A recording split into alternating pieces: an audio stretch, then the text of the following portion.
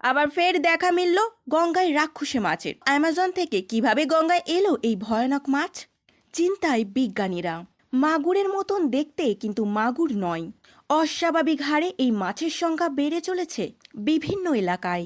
মৎস্য বিশেষজ্ঞরা জানাচ্ছেন, দক্ষিণ আমেরিকার অ্যামাজন নদীতে দীর্ঘত এই মাছের বসবাস। তবে ব্রাজিল বা পেরুর জলাশয়ে এই মাছের দেখা পাওয়া যায়।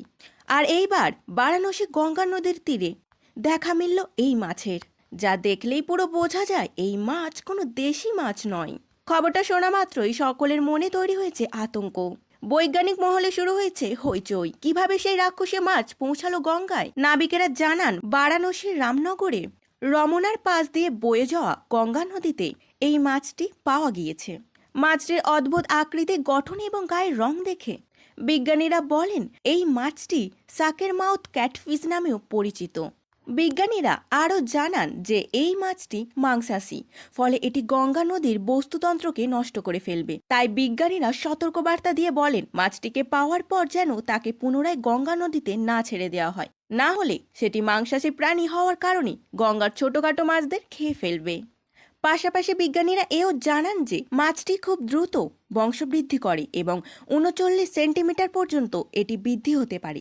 এছাড়া ৩১০ গ্রাম অবধি ওজন হতে পারে এই মাছের।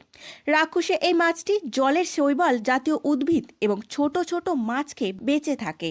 তাই বিজ্ঞানীদের ধারণা মাছটি গঙ্গার বহু ছোট ছোট মাছকে খেয়ে বাস্তুতন্ত্রের বিঘ্ন ঘটাতে পারে। কিন্তু কিভাবে সেই রাক্ষসে মাছ পৌঁছালো গঙ্গায়? এর কারণ হিসেবে বলা হচ্ছে, ব্যবসায়িক কারণে অ্যাকোয়ারিয়ামে বিভিন্ন ধরনের বিভিন্ন প্রজাতির মাছ রাখা হয়ে থাকে। হয়তো কেউ ভুলবশত অ্যাকোয়ারিয়ামের মাছ গঙ্গা নদীতে ছেড়ে দিয়েছে, আর সেই কারণেই নাবিকরা এই মাছটি দেখা পেয়েছে। এর আগেও নাকি গঙ্গা নদীতে দেখা মিলেছিল অ্যামাজন নদীর এই মাংসাশী মাছ। কয়েক বছর আগে বিহার ও পাটনায় গঙ্গা নিম্ন মরশুমের ব্রহ্মপুত্র নদীতে দেখা মিলেছিল এই মাছের। এমনকি বছর চারেক আগে মণিপুরের জলেও দেখা মিলেছিল এই ভয়ানক মাছটির। এই ছিল আজকের নিউজ। আমাদের নিউজ যদি আপনার ভালো লেগে থাকে